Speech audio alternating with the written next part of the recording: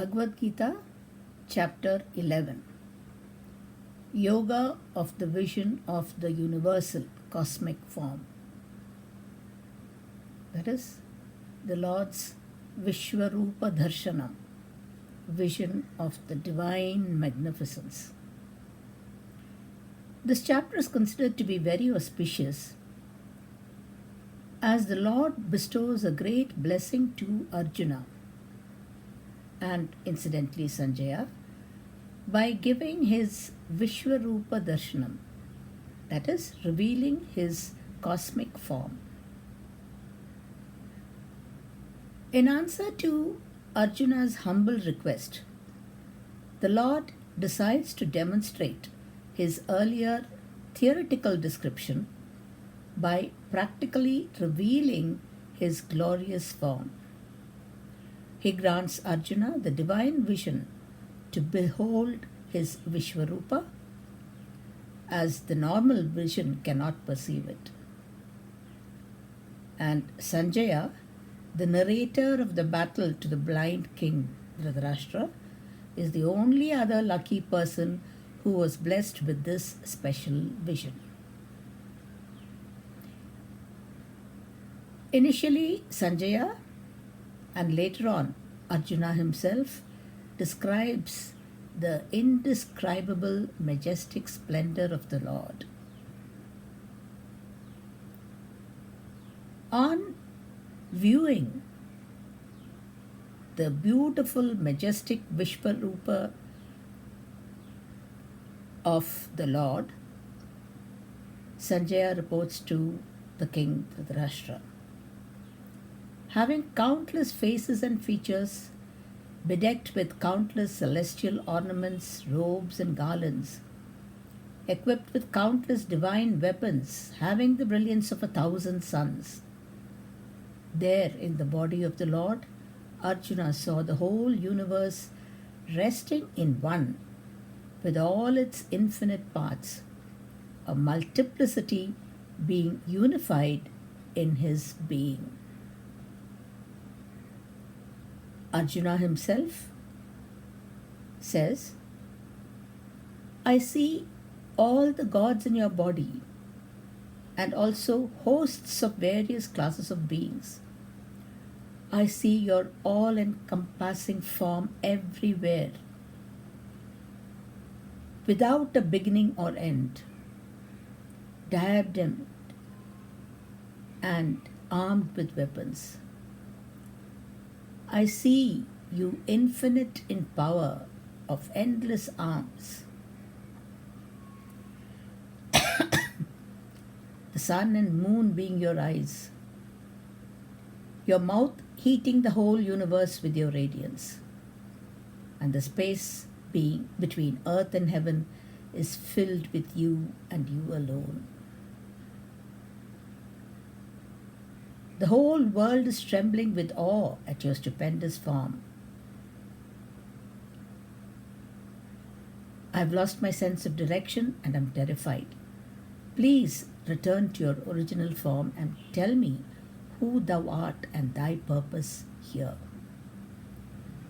Because even with the special vision, Arjuna's eyes are bedazzled and he is unable to perceive anything more.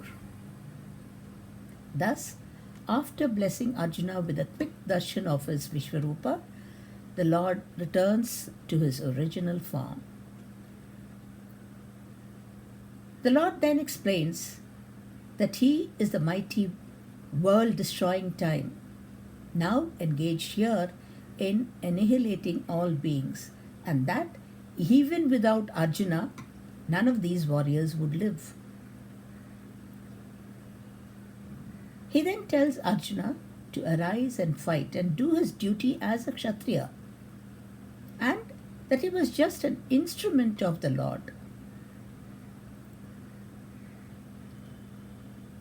Arjuna begs forgiveness for not having realized the greatness of the Lord and, regarding him as a mere friend,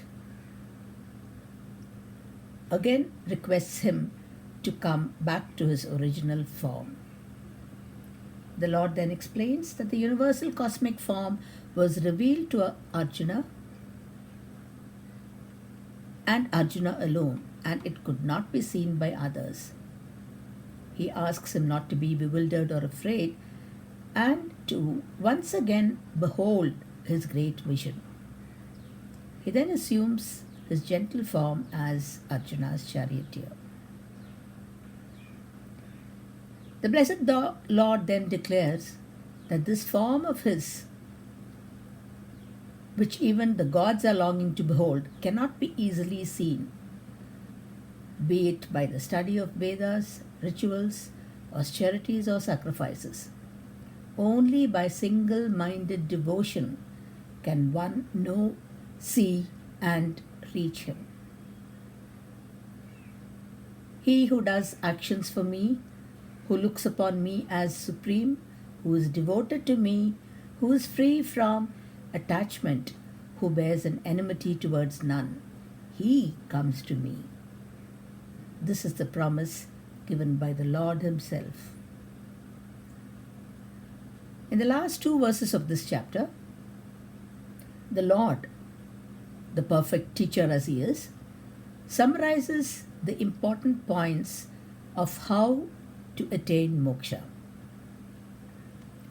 The seeker, first, through God-dedicated activity, learns to withdraw his attachments from other things and then turns his mind with devoted attachment to the Lord.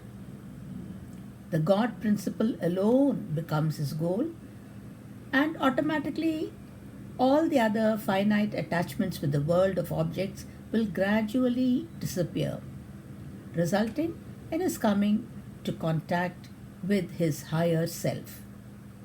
And having become the self, he will then recognize himself everywhere and in everything, and so there cannot be enmity towards anyone.